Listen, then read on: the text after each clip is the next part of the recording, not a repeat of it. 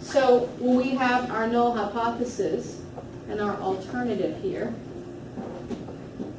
you're going to put mu. So I would suggest just writing that down. Otherwise, you're going to forget to write down the parameter, or you might accidentally put a p there. So these are means, so write down mu. The null hypothesis still holds the equals to idea. And are we going to put 17 or 20 there? 20. 20, right. You're going to put the value that's sort of the status quo there. And then they want to know if it reduces. So that should be less than 20. Just a note, the data never goes in the hypothesis statements. So that all that little triplicate of information we get at the bottom, 36 students, sample mean was 17, standard deviation is 9. That's all the evidence. It has nothing to do with this. This is all sort of the question that's sort of an overall question embedded in the text. So that's our first step, done. The second step, and I'm just going to put a little star here because this was their aim, right? This is their claim or their research question. They're really curious if it is effective. So maybe later when I start to do my statement, kind of remembering what it was they were trying to test might be nice. The second one is we're going to go through the conditions and assumptions.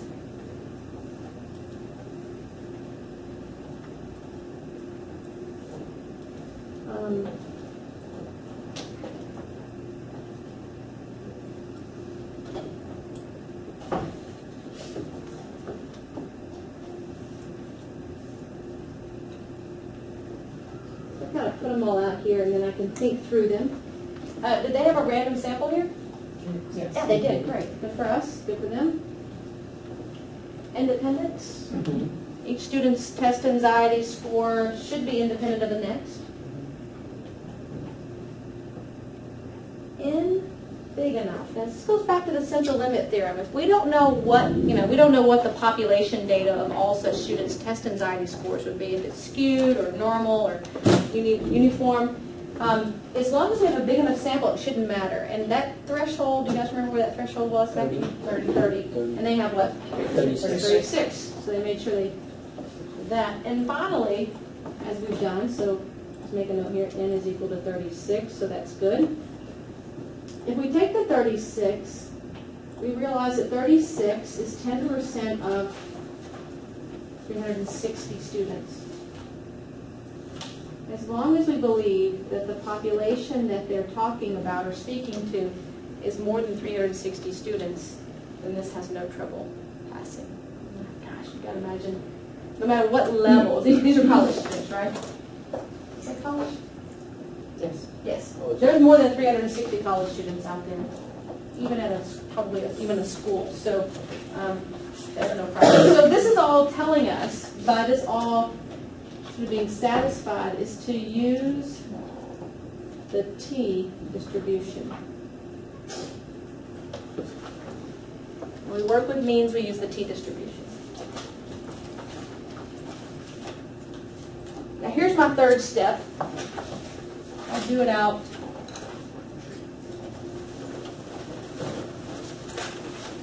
here.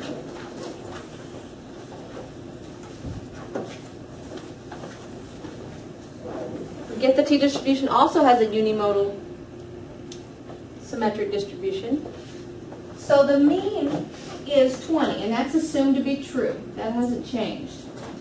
If we're testing means or proportions, the null hypothesis still has the assumption of, we'd say, innocence or truth. And we'll take s and divide it by the square root of n. That's our standard error. That's going to help us determine our tick marks. And for us, that'll be 9 divided by the square root of 36. I'll move it over here. 9 divided by 6 is what, 1.5?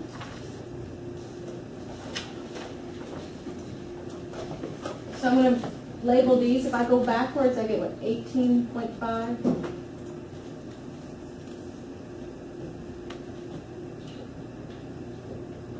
Now I can label either side if I wanted, but since this is a left-tailed test, right? We get the left. What's telling me it's a left-tailed test? What less than. The less than, not the data, although we're happy the data is on the left, but this right here dictates that it's a left-tailed test.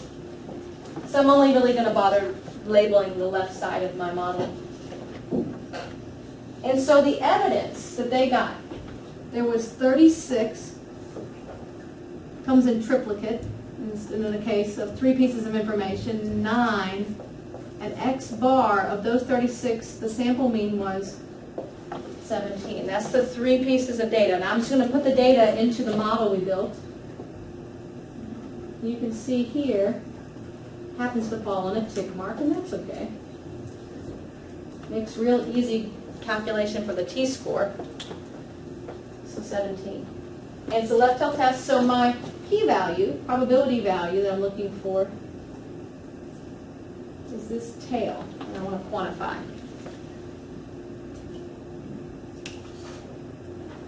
So if we start to do a t calculation, and a t is not much different than a z in its general form, we still ask the question, where did we stop along the axis and sort of draw the partition to begin our shading? Well, that occurred at 17, right? That's our sample data. We subtract off the mean, just under the peak, and then we divide it by the size of our standard error, and we end up with t is equal to -2. I don't need much help figuring that one out. So what does your gut instinct say right now? What do you think we're going to do? We're still going to find the p-value, the probability of the the area of that curve, which is probability. Your instinct is to reject or retain. It's right on the threshold there. So let's see what the probability tells us, and that'll be helpful. And again, it's hard to know exactly where it is because that darn t distribution won't stay still, right? If this were a z, we would know exactly what's in that tail, but it's a t, and it fluctuates according to sample size. So you're going to pull out your blue table, your t table.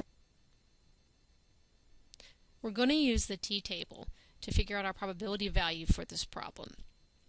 Now, to use the t-table, you need to know the proper degrees of freedom. When working with one mean, our degrees of freedom will be 1 less than our sample size.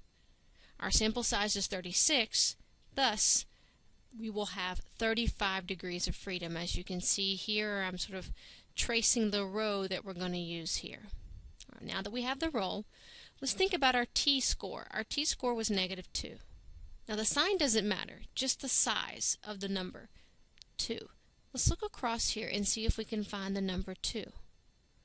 Well, close as we can get is this third column here, 2.03, pretty close to 2. Now remember, the t-table is a little backwards. The t-scores are on the inside and the probabilities are along the edges. So if we trace up to the column header, in this case we'll choose the one that says area in one tail since we're doing a one-tailed test, the p-value, probability value that is, that we will use for this problem is 0.025. All right. So the best I can say is that my probability value, p-value, is approximately 0.025. You love that little squiggle equal sign there. Somewhere in the neighborhood, somewhere around that size.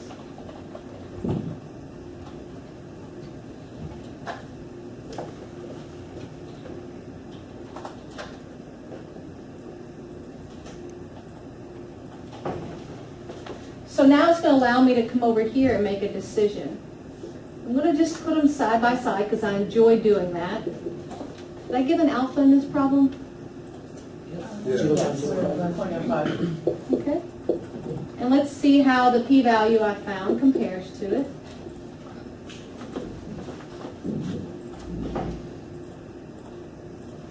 You have to judge which quantity is smaller, which quantity is larger. Is the p-value low or is the p-value high compared to low? So that tells us we are going to reject the null hypothesis.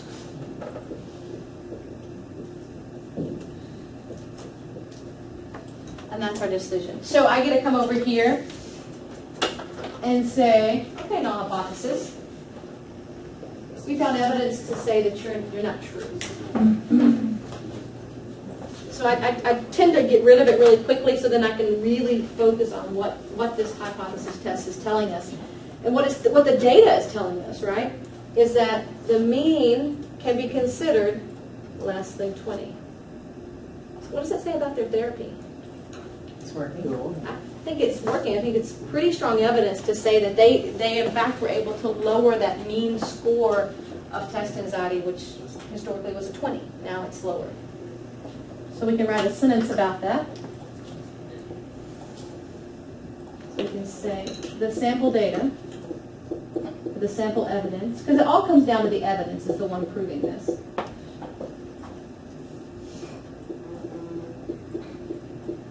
The sample data indicates, suggests, shows, supports. Lots of words you can use here, and I'm sure you guys are better writers than me.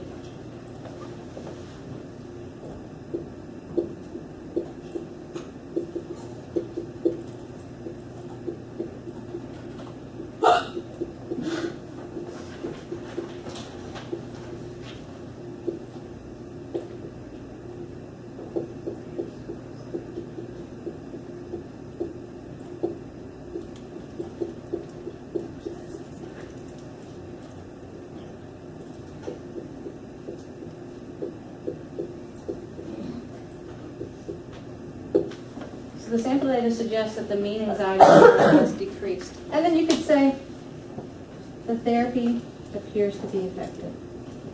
You don't have to put the second sentence, but I'm okay with the first.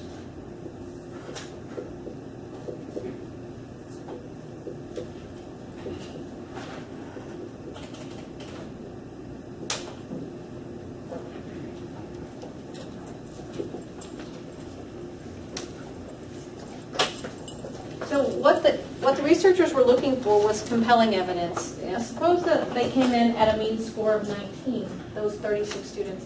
Yeah, it's decreased, but that could just be by chance that they happened to score a little less. Or they could have scored a little more. But observing the 17 says, that's a really unusual thing to observe in an environment where 20 is the mean.